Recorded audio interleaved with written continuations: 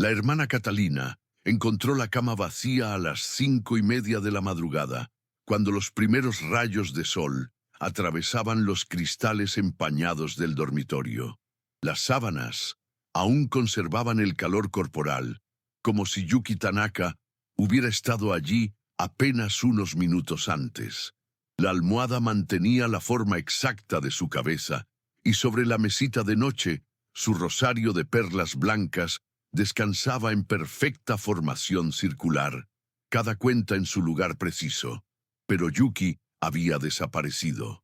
La tormenta de nieve había comenzado 3 días antes, el martes 14 de febrero de 1961, convirtiendo el internado de San Miguel en una fortaleza blanca e impenetrable. Los caminos que serpenteaban hacia el valle estaban bloqueados por metros de nieve acumulada y el teléfono había dejado de funcionar desde la primera noche. Las 42 estudiantes del internado, junto con las 8 monjas que las cuidaban, estaban completamente aisladas del mundo exterior. Yuki Tanaka había llegado al internado de San Miguel 3 años antes, en el otoño de 1958. Era una de las pocas estudiantes de origen japonés en una institución que tradicionalmente acogía a hijas de familias católicas prósperas de Tokio y sus alrededores. Su padre, Hiroshi Tanaka, había sido un próspero comerciante de sedas que había convertido su fe al cristianismo después de la guerra, buscando quizás en la religión occidental una forma de distanciarse del pasado imperial que había consumido a Japón. El internado se alzaba como un castillo medieval en las montañas de Nagano, con sus torres de piedra gris y sus ventanas arqueadas que miraban hacia los valles nevados. Había sido construido por misioneros franceses a principios del siglo XX y conservaba esa atmósfera europea que lo hacía parecer desplazado en el paisaje japonés. Los pasillos largos y silenciosos olían siempre a incienso y cera de abejas, y por las noches, el viento que bajaba de las montañas hacía crujir las vigas de madera como si el edificio entero fuera un barco navegando por un mar blanco. Yuki era diferente a las demás estudiantes.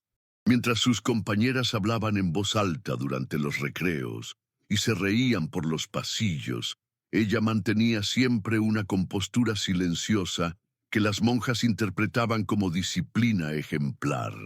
Tenía 17 años, pero su rostro delicado y sus movimientos precisos le daban un aire de madurez que intimidaba incluso a las estudiantes mayores. Llevaba siempre el cabello negro recogido en una coleta baja, nunca un mechón fuera de lugar, y caminaba con pasos tan suaves que parecía flotar sobre el suelo de mármol. Las otras estudiantes la respetaban, pero pocas se atrevían a acercársele. Había algo en su mirada, una profundidad que sugería secretos guardados con celo. Durante las clases de literatura, cuando la hermana Magdalena leía pasajes de Santa Teresa de Ávila o San Juan de la Cruz, Yuki tomaba notas meticulosas en un cuaderno de cuero negro que nunca permitía que nadie más viera.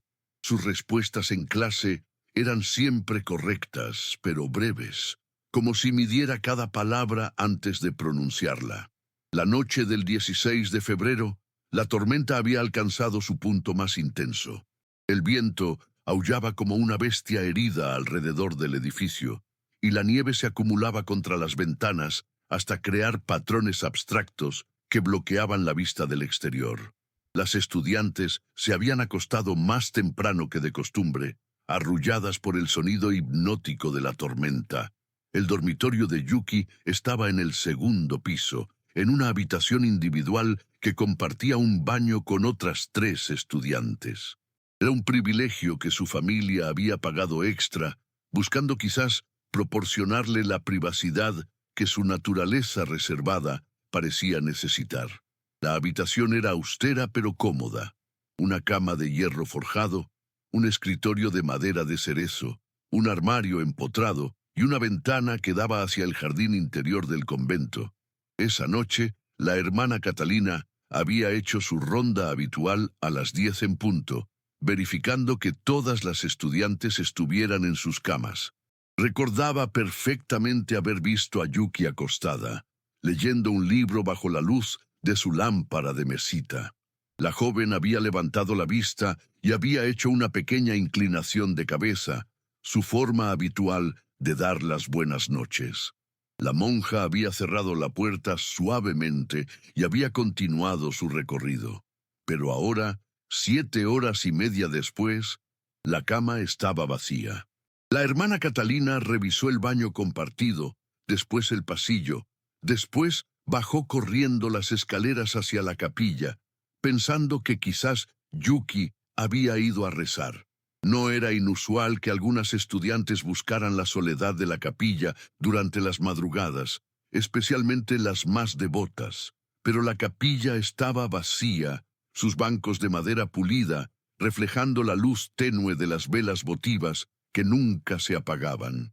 Despertaron a la Madre Superior, Sor María del Carmen, una mujer catalana de 60 años que había dirigido el internado durante las últimas 2 décadas. Su rostro, habitualmente sereno, se tensó cuando escuchó la noticia. Organizó inmediatamente una búsqueda sistemática del edificio, el sótano con sus almacenes y bodegas, el ático donde se guardaban los decorados de las obras teatrales del colegio, la biblioteca con sus miles de volúmenes empastados en cuero, la cocina, el refectorio, las aulas, los baños, cada rincón del vasto edificio. No encontraron ningún rastro de Yuki Tanaka. Lo más desconcertante era que todas las puertas del internado estaban cerradas con llave desde adentro, tal como las habían dejado la noche anterior como medida de precaución por la tormenta. Las ventanas del segundo piso estaban demasiado altas para saltar sin lesionarse gravemente, y además estaban bloqueadas por la nieve acumulada. No había huellas en la nieve alrededor del edificio, ninguna señal de que alguien hubiera salido o entrado durante la noche.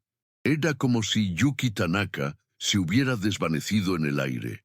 La hermana Catalina volvió una y otra vez a la habitación de la estudiante desaparecida, buscando alguna pista que hubiera pasado por alto. Todo estaba en perfecto orden, la ropa doblada con precisión militar en el armario, los libros alineados por altura en el escritorio, los útiles de aseo organizados como soldados en formación en el baño. El único detalle extraño era que faltaba el kimono de seda azul que Yuki guardaba en el fondo de su armario, envuelto en papel de seda blanco. Sus compañeras recordaban aquel kimono porque Yuki se lo había mostrado una vez durante una tarde de lluvia, explicando que había pertenecido a su abuela materna. Era una pieza exquisita, de seda natural teñida en un azul profundo como el cielo nocturno, con bordados de flores de cerezo en hilo de plata que parecían flotar sobre la tela como copos de nieve. Yuki había explicado que su abuela lo había usado el día de su boda, en 1923, y que la tradición familiar era que las mujeres de la familia lo llevaran en momentos importantes de sus vidas. ¿Por qué Yuki habría tomado el kimono si planeaba huir? ¿O había otra explicación para su desaparición? La tormenta continuó durante todo el día 17 de febrero, convirtiendo la búsqueda de Yuki en una obsesión desesperada. Las monjas registraron cada centímetro del edificio una segunda vez, después una tercera. Las estudiantes fueron interrogadas una por una, pero ninguna recordaba haber escuchado ruidos extraños durante la noche. Ninguna había visto a Yuki levantarse de la cama. Cuando finalmente la tormenta amainó el 18 de febrero, llegaron los equipos de rescate desde el valle.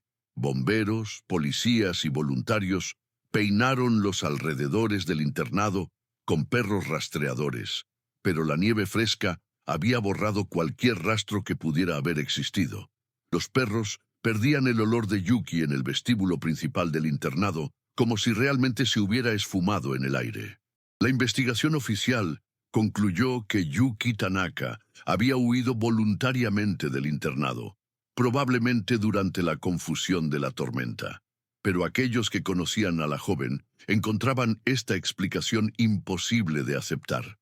Yuki no era el tipo de estudiante que rompía las reglas, mucho menos que emprendiera una fuga peligrosa en medio de una tormenta de nieve.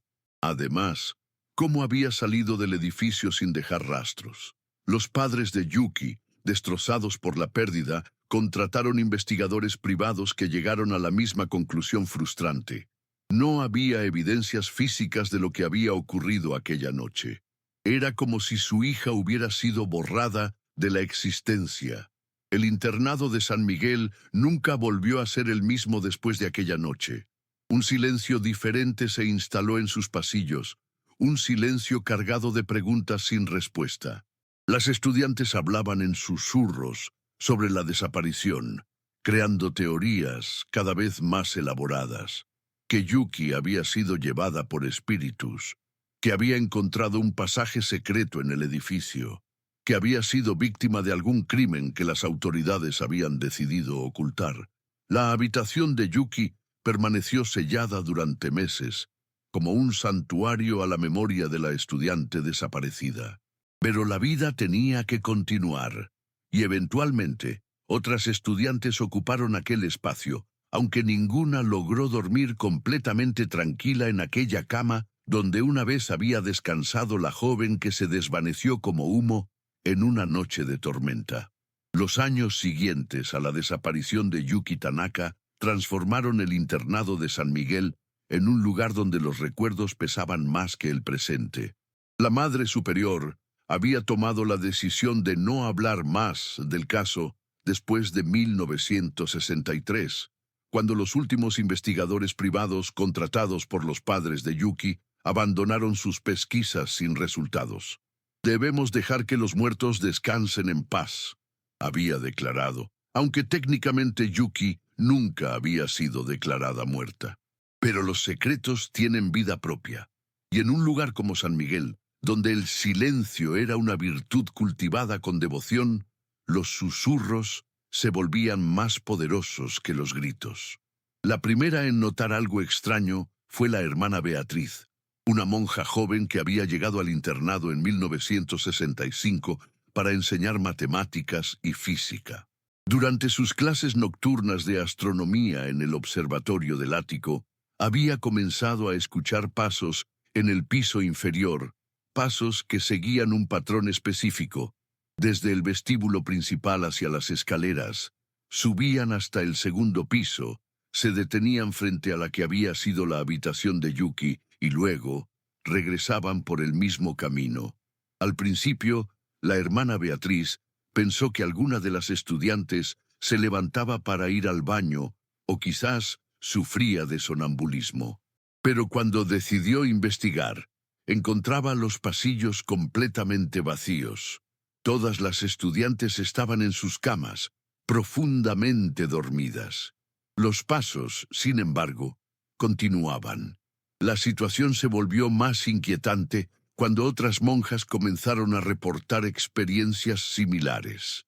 La hermana Guadalupe, que se levantaba a las 4 de la madrugada para preparar el desayuno, juraba haber visto la silueta de una joven caminando por el jardín interior durante las noches de luna llena. Siempre la misma figura, delgada, con el cabello largo y suelto, vestida con lo que parecía ser una bata blanca o un camisón. La hermana Catalina, que había sido quien descubrió la cama vacía de Yuki, comenzó a sufrir insomnio crónico. Se despertaba cada noche a las 5:30 exactamente, la misma hora en que había encontrado la habitación vacía 9 años antes. Decía que sentía una presencia en su cuarto, como si alguien la estuviera observando desde las sombras. Pero fue la hermana Mercedes, la bibliotecaria de 70 años, que llevaba trabajando en San Miguel desde su fundación, quien finalmente habló de lo que todas sabían, pero ninguna se atrevía a mencionar.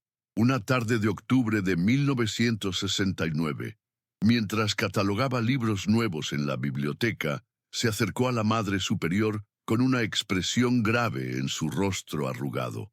«Madre María del Carmen», le dijo en voz baja, «necesitamos hablar sobre lo que realmente pasó aquella noche». La conversación que siguió cambió para siempre la perspectiva oficial sobre la desaparición de Yuki Tanaka. La hermana Mercedes reveló que, contrariamente a lo que se había reportado a las autoridades, ella había estado despierta la noche del 16 de febrero de 1961, leyendo en la biblioteca hasta muy tarde. Alrededor de las 2 de la madrugada, había escuchado el sonido inconfundible de una puerta cerrándose suavemente en algún lugar del edificio. Preocupada por la seguridad durante la tormenta, había decidido investigar. Con una linterna en mano, había recorrido los pasillos del primer piso, verificando que todas las puertas exteriores estuvieran cerradas con llave. Todo parecía normal, pero cuando pasó frente a la puerta que llevaba al sótano, notó que estaba entreabierta. Siempre se mantenía cerrada con llave por las noches, pero esa vez estaba abierta apenas unos centímetros. La hermana Mercedes había bajado al sótano, un laberinto de habitaciones que se extendía bajo todo el edificio principal. Había sido construido para servir como bodega y almacén, pero con los años se había convertido en un depósito de todo lo que el internado ya no necesitaba: muebles viejos, decorados teatrales, libros descartados, ropa de cama en desuso y docenas de baúles y maletas que contenían los objetos personales de estudiantes que habían graduado décadas atrás. Mientras exploraba el sótano con su linterna, la hermana Mercedes había escuchado algo que la había paralizado de terror: el sonido de alguien llorando. No era el llanto fuerte de una niña asustada, sino un sollozo suave, controlado, adulto. Venía de algún lugar en la profundidad del sótano, pero cuando se dirigió hacia el sonido, éste se detuvo abruptamente. Había estado a punto de llamar para preguntar quién estaba allí, cuando escuchó pasos rápidos alejándose por uno de los corredores del sótano. Pasos descalzos sobre el suelo de piedra fría. Había intentado seguir el sonido, pero su linterna se había apagado súbitamente, dejándola en una oscuridad absoluta en medio del laberinto subterráneo.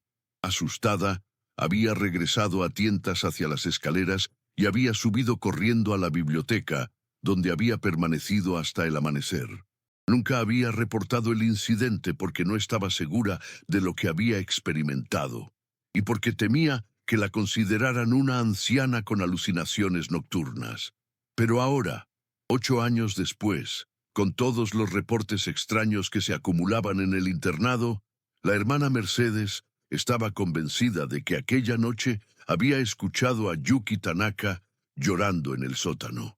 La revelación de la hermana Mercedes obligó a la Madre Superior a reconsiderar todo lo que creía saber sobre la desaparición. Era posible que Yuki no hubiera huido del internado, sino que hubiera bajado al sótano por alguna razón y algo terrible le hubiera ocurrido allí. ¿Pero qué? ¿Y por qué habría bajado sola en medio de una tormenta de nieve? La decisión de explorar sistemáticamente el sótano se tomó en secreto, involucrando solo a 3 personas: la Madre Superior, la hermana Mercedes y el padre Antonio, un jesuita que servía como capellán del internado. Durante el receso de Navidad de 1969, cuando todas las estudiantes habían regresado a sus hogares, comenzaron la búsqueda más exhaustiva que se había realizado jamás en los subterráneos de San Miguel. El sótano era más extenso de lo que cualquiera había imaginado.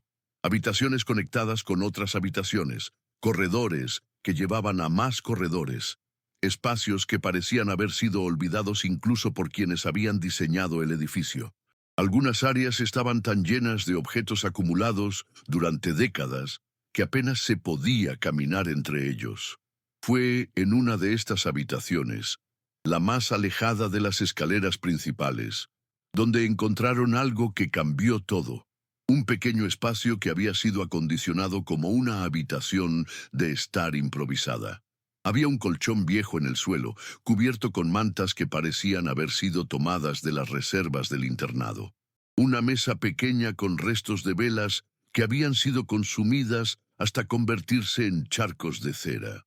Algunas latas de comida vacías, cuidadosamente abiertas y limpias. Y en un rincón, parcialmente oculta detrás de una caja de libros viejos, una maleta de cuero marrón con las iniciales IT grabadas en latón sobre la cerradura. La maleta estaba cerrada con llave, pero el padre Antonio logró forzar la cerradura antigua con una herramienta. Cuando la abrieron, un aroma a incienso y flores secas escapó como un suspiro guardado durante años.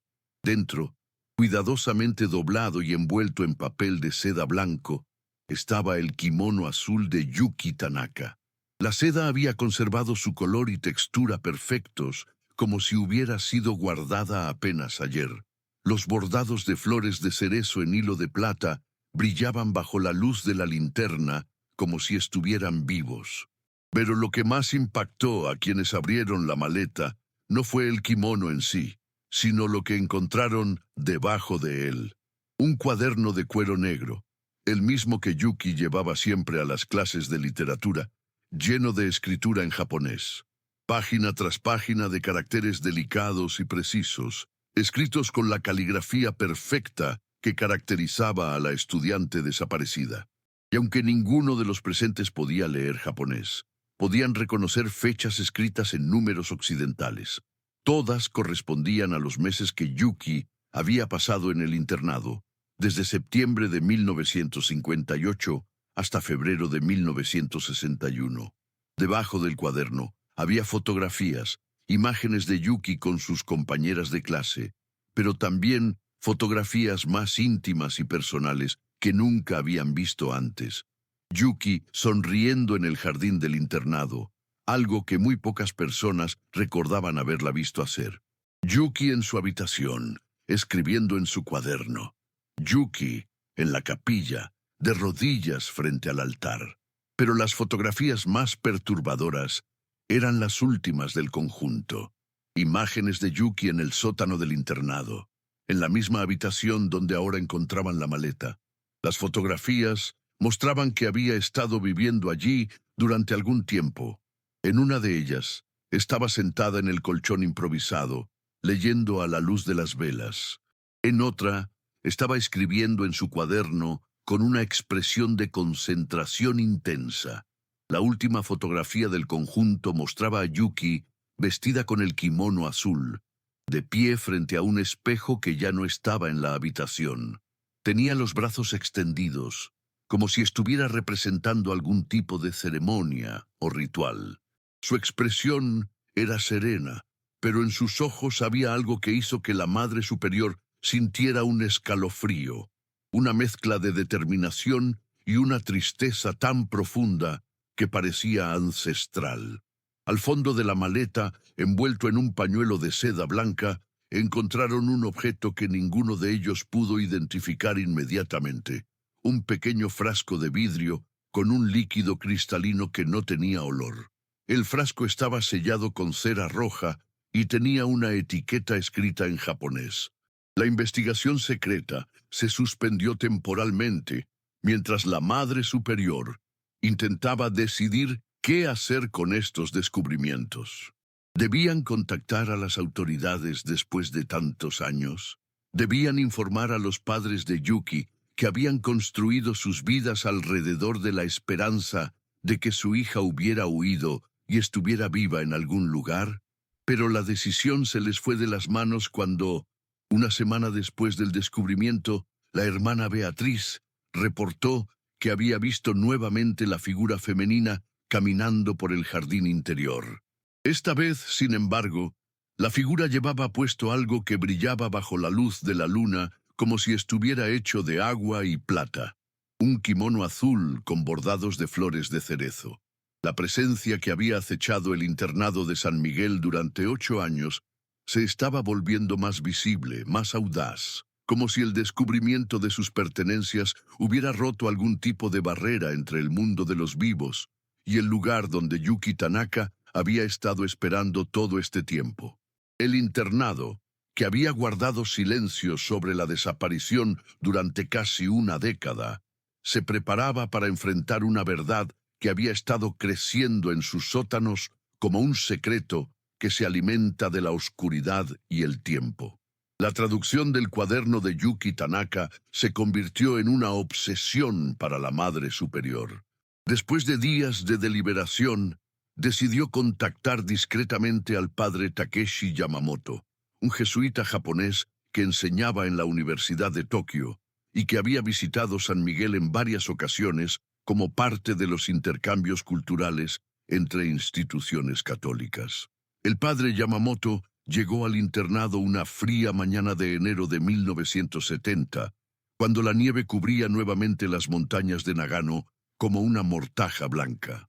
Era un hombre de mediana edad, con modales suaves, pero ojos penetrantes que parecían ver más allá de las palabras. Cuando la Madre Superior le mostró el cuaderno, su expresión cambió inmediatamente. «Esto no es simplemente un diario», murmuró mientras pasaba las páginas con reverencia. «Es algo mucho más complejo. La caligrafía es perfecta, demasiado perfecta para una joven de 17 años. Y el estilo es arcaico, como si estuviera imitando textos de hace siglos». El proceso de traducción tomó 3 días. El padre Yamamoto trabajaba en la biblioteca del internado, con las cortinas cerradas y solo la luz de una lámpara de escritorio iluminando las páginas manuscritas. La Madre Superior permanecía cerca, observando cómo la expresión del sacerdote se volvía cada vez más sombría con cada página traducida. Las primeras entradas del diario eran aparentemente normales.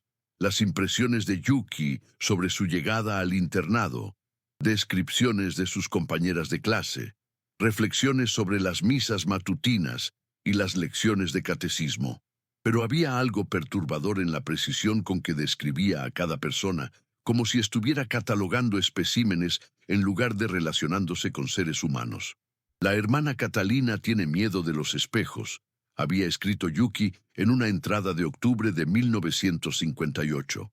«Cuando pasa frente al gran espejo del vestíbulo, siempre desvía la mirada. Ayer la vi santiguarse después de verse reflejada accidentalmente. ¿Qué habrá visto en su reflejo que la aterroriza tanto?» O sobre una compañera de clase: «Michiko Sato llora en silencio cada noche después de las oraciones. Sus lágrimas forman siempre el mismo patrón en la almohada, 3 manchas húmedas en forma triangular. Ayer le pregunté por qué lloraba y me dijo que no estaba llorando. Pero sus ojos estaban rojos y su voz sonaba como si hubiera tragado vidrio molido». Las observaciones de Yuki revelaban una capacidad casi sobrenatural para detectar el sufrimiento oculto de quienes la rodeaban. Pero no mostraba empatía hacia ese sufrimiento. Más bien lo documentaba con la frialdad de un científico estudiando reacciones químicas. Conforme avanzaba la traducción, las entradas se volvían más extrañas. A partir de diciembre de 1958, Yuki comenzó a escribir sobre las voces que vienen de abajo. Inicialmente, el padre Yamamoto pensó que se refería a conversaciones que escuchaba desde el primer piso, pero pronto quedó claro que hablaba de algo más literal. «Anoche bajé al sótano durante la hora del silencio», escribía en una entrada de enero de 1959. «Las voces son más claras allí. No son voces de las monjas ni de las estudiantes. Son voces de quienes estuvieron aquí antes que nosotras. Me han estado llamando desde que llegué, pero solo ahora he encontrado el valor para responder». El padre Yamamoto hizo una pausa en la traducción para limpiar sus anteojos, un hábito nervioso que había desarrollado años atrás cuando se enfrentaba a textos perturbadores. «Madre María del Carmen», dijo sin levantar la vista del cuaderno, «¿conoce usted la historia completa de este edificio? ¿Sabe quién vivía aquí antes de que se estableciera el internado?» La Madre Superior frunció el ceño. «Fue construido por los misioneros franceses alrededor de 1905. Antes de eso, creo que había una residencia familiar, pero fue demolida para construir el internado». ¿Por qué lo pregunta? Porque Yuki escribe sobre los anteriores, como si los conociera personalmente, y menciona nombres específicos: Akiko, Haruna, Keiko, nombres japoneses, pero de mujeres que aparentemente vivieron aquí mucho antes de que ella naciera. Las entradas de Yuki se volvían progresivamente más crípticas a medida que avanzaba 1959. Comenzó a escribir sobre preparativos y la ceremonia que debe completarse. Describía rituales elaborados que realizaba en secreto en el sótano, usando objetos que había ido recolectando, velas robadas de la capilla, flores marchitas del jardín, agua bendita en pequeños frascos que escondía en su habitación. El kimono de la abuela debe esperar, escribía en una entrada de septiembre de 1959. Aún no es el momento. Las voces me dicen que primero debo purificarme, debo entender completamente lo que se espera de mí. La ceremonia solo puede realizarse cuando esté lista para reunirme con las anteriores. El padre Yamamoto se detuvo abruptamente en esta entrada y miró a la madre superior con expresión alarmada. La familia de Yuki mencionó alguna vez problemas de salud mental, episodios de delirios o alucinaciones. Nunca, respondió la madre superior firmemente. Sus padres eran personas muy respetables. Su padre se había convertido al cristianismo después de la guerra y era un hombre devoto. Su madre era una señora refinada, de una familia tradicional de Kioto. Jamás mencionaron ningún problema de ese tipo. Entonces, esto es aún más preocupante, murmuró el sacerdote regresando al cuaderno. Las entradas de 1960 mostraban a una Yuki cada vez más desconectada de la realidad del internado y cada vez más sumergida en su mundo interior poblado por las anteriores. Describía largas conversaciones con estas presencias, que aparentemente le daban instrucciones específicas sobre cómo prepararse para algún tipo de transición. Akiko me ha enseñado la forma correcta de doblar el kimono. Escribía en marzo de 1960. Debe envolverse en papel de seda blanco, nunca amarillo ni rosa. El papel debe haber sido bendecido por un sacerdote, pero no puede saber para qué se usará la bendición. Haruna me dice que el agua del frasco debe venir de la fuente más pura y que debe recogerse durante la luna nueva cuando nadie está observando. El padre Yamamoto traducía cada entrada con creciente horror. Era evidente que Yuki había estado planificando su desaparición durante años, pero no como una huida hacia la libertad, sino como algún tipo de ritual de autoinmolación espiritual.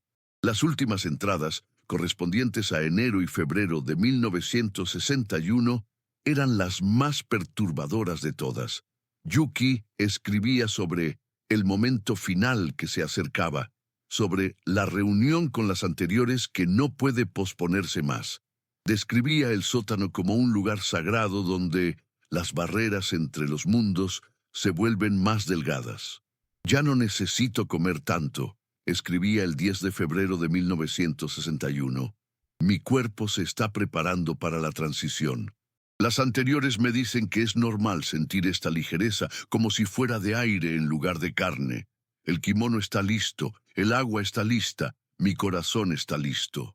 La última entrada estaba fechada el 16 de febrero de 1961, el mismo día de la tormenta de nieve. Esta noche es la noche, la tormenta es perfecta, creará la confusión necesaria y ocultará lo que debe ocultarse. Las anteriores me esperan en el lugar sagrado del sótano. He vivido 17 años en este mundo, pero solo los últimos 3 han tenido verdadero significado, desde que escuché por primera vez sus voces llamándome hacia casa. El kimono de la abuela me conectará con todas las mujeres de mi familia que han cruzado antes que yo. El agua del frasco sagrado limpiará mi espíritu para el viaje, y cuando amanezca, ya no estaré atrapada entre dos mundos. Finalmente habré encontrado mi lugar junto a las anteriores, en el silencio perfecto, donde no hay dolor ni confusión, solo la paz eterna de quienes han completado su destino. El padre Yamamoto cerró el cuaderno y se quedó en silencio durante varios minutos. Cuando finalmente habló, su voz era apenas un susurro. Madre María del Carmen, creo que Yuki no desapareció. Creo que se quitó la vida en el sótano de este internado, pero de una manera tan cuidadosamente planificada que su cuerpo nunca fue encontrado. La Madre Superior sintió como si el aire hubiera sido succionado de la habitación. Pero ¿cómo es posible? Registramos cada centímetro del sótano. No había restos. El frasco que encontraron en la maleta, continuó el padre Yamamoto. Me gustaría analizarlo. Tengo la sospecha de que contiene algo más que agua bendita. En el Japón tradicional, hay sustancias que se usaban en rituales de purificación final, sustancias que podían desintegrar completamente un cuerpo humano, no dejando más que cenizas tan finas que se confundirían con el polvo del tiempo. El silencio que siguió fue interrumpido por un sonido que hizo que ambos se sobresaltaran. Pasos en el corredor exterior de la biblioteca, pasos suaves, descalzos, que se acercaban lentamente hacia la puerta. La Madre Superior y el padre Yamamoto se miraron con terror. Eran las 3 de la tarde de un día de invierno. Todas las estudiantes estaban en clase, y todas las monjas sabían que no debían interrumpir la sesión de traducción. Los pasos se detuvieron exactamente frente a la puerta de la biblioteca. Esperaron, conteniendo la respiración, pero no se escuchó el sonido de la puerta abriéndose. En cambio, comenzaron a escuchar algo que hizo que el cabello se les erizara en la nuca. El sonido suave de alguien llorando. No era el llanto desesperado de una persona en crisis, sino el sollozo controlado, melancólico, de alguien que había estado llorando durante mucho tiempo. El llanto continuó durante exactamente 3 minutos, y luego se detuvo tan abruptamente como había comenzado. Los pasos se alejaron por el corredor, cada vez más suaves, hasta desvanecerse completamente. Cuando finalmente reunieron el valor para abrir la puerta de la biblioteca, el corredor estaba completamente vacío, pero en el suelo, exactamente donde se habían detenido los pasos, había una pequeña mancha húmeda, como si alguien hubiera derramado unas gotas de agua sobre el mármol, o lágrimas. El padre Yamamoto recogió una gota con su pañuelo y la examinó. No tenía olor, pero cuando la tocó con la punta de la lengua, su sabor era inconfundiblemente salado.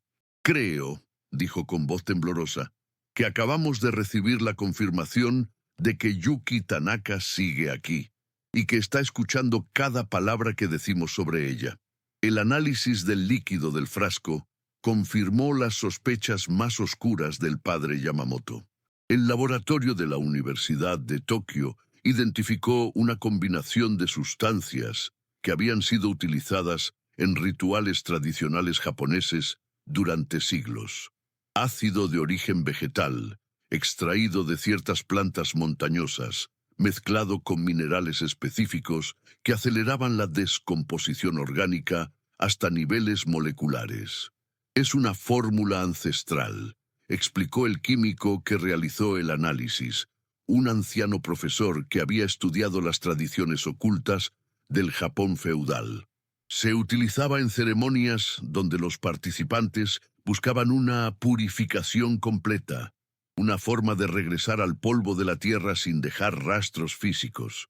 Era considerado el método más puro de transición al mundo espiritual. La Madre Superior recibió estos resultados en silencio, sentada en su oficina, mientras la luz invernal se filtraba a través de las ventanas emplomadas. Todo encajaba ahora con una claridad terrible. Yuki había planeado su propia desaparición como un acto de transformación espiritual, inspirada por voces que solo ella podía escuchar y guiada por conocimientos ancestrales que no debería haber poseído. Pero quedaba una pregunta que la atormentaba más que cualquier otra. ¿Realmente habían existido las anteriores, que Yuki mencionaba en su diario, o habían sido alucinaciones de una mente perturbada? La respuesta llegó de una fuente inesperada. La hermana Mercedes Animada por el descubrimiento del cuaderno, decidió investigar los archivos más antiguos del internado. Documentos que se guardaban en baúles polvorientos en una sección olvidada del sótano. Lo que encontró cambió para siempre su comprensión de la historia de San Miguel. Entre documentos de construcción y cartas de los misioneros franceses fundadores, descubrió una colección de periódicos locales de principios del siglo XX. Un artículo fechado en 1903 capturó inmediatamente su atención. Tragedia en residencia Yamashiro. 3 jóvenes mujeres encontradas muertas en circunstancias misteriosas. El artículo describía cómo Akiko, Haruna y Keiko Yamashiro, las 3 hijas de una familia aristocrática que había construido su residencia en las montañas de Nagano, habían sido encontradas muertas en el sótano de la casa familiar durante el invierno de 1903. Las 3 jóvenes, de entre 17 y 20 años, habían desaparecido durante una tormenta de nieve.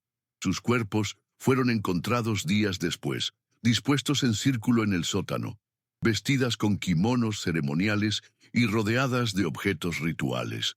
La investigación oficial había concluido que se trataba de un suicidio colectivo, inspirado por creencias tradicionales sobre la purificación espiritual.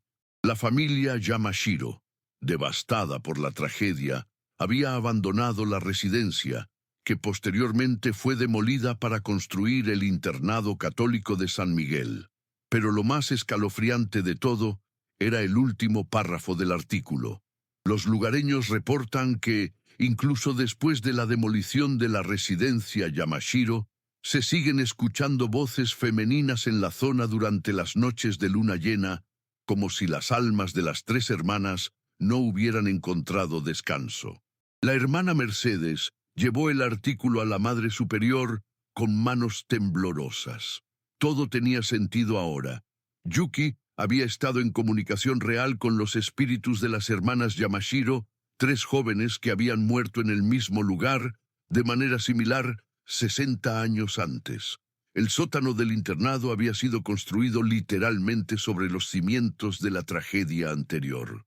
«Madre María del Carmen», susurró la hermana Mercedes, «creo que entiendo lo que realmente pasó. Las hermanas Yamashiro nunca se fueron de aquí. Han estado esperando durante décadas, buscando a alguien que fuera como ellas, alguien que pudiera completar lo que ellas habían comenzado. Y encontraron a Yuki.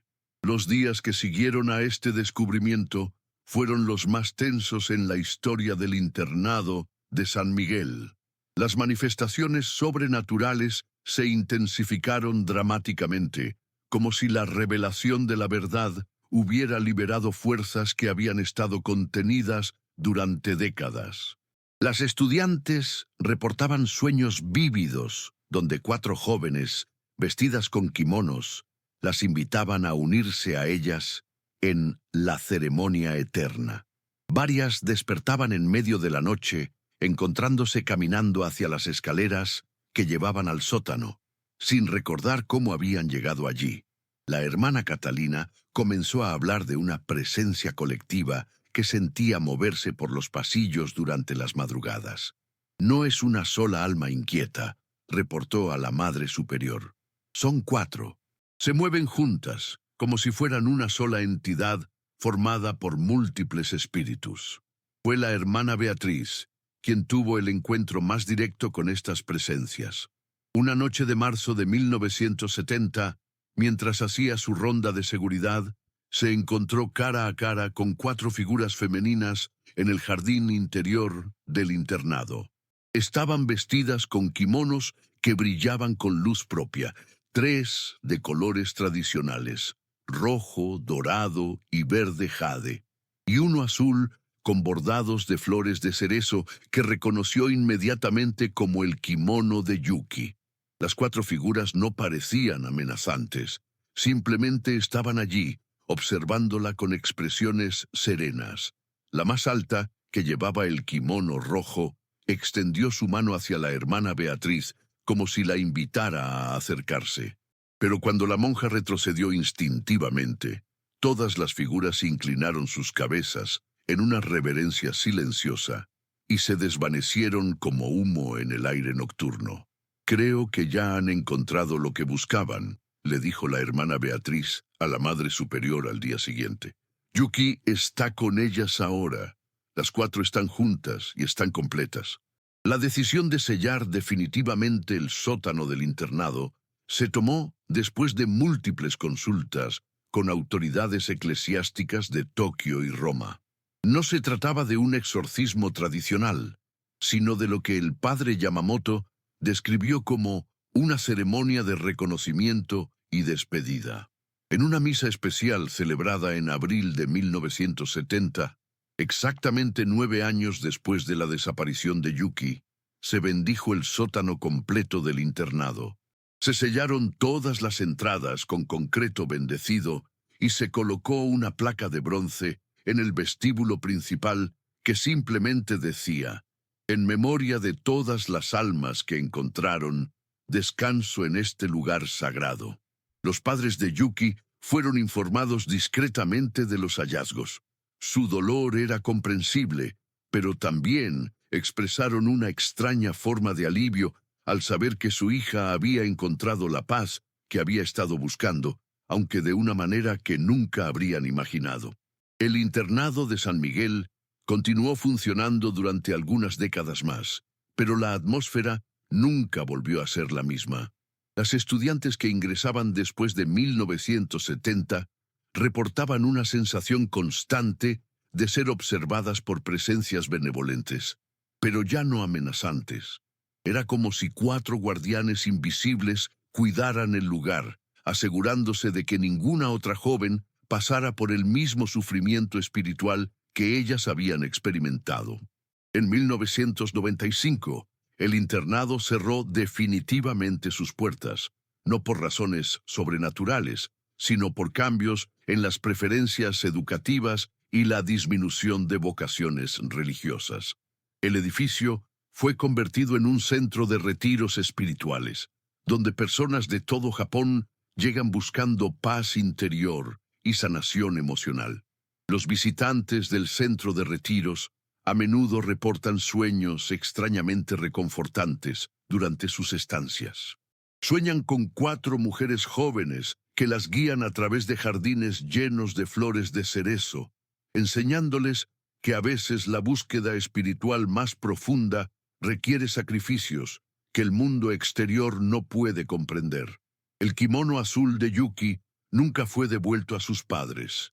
Permanece en los archivos del centro de retiros, cuidadosamente preservado como un recordatorio de que hay formas de amor y devoción que trascienden las fronteras entre la vida y la muerte.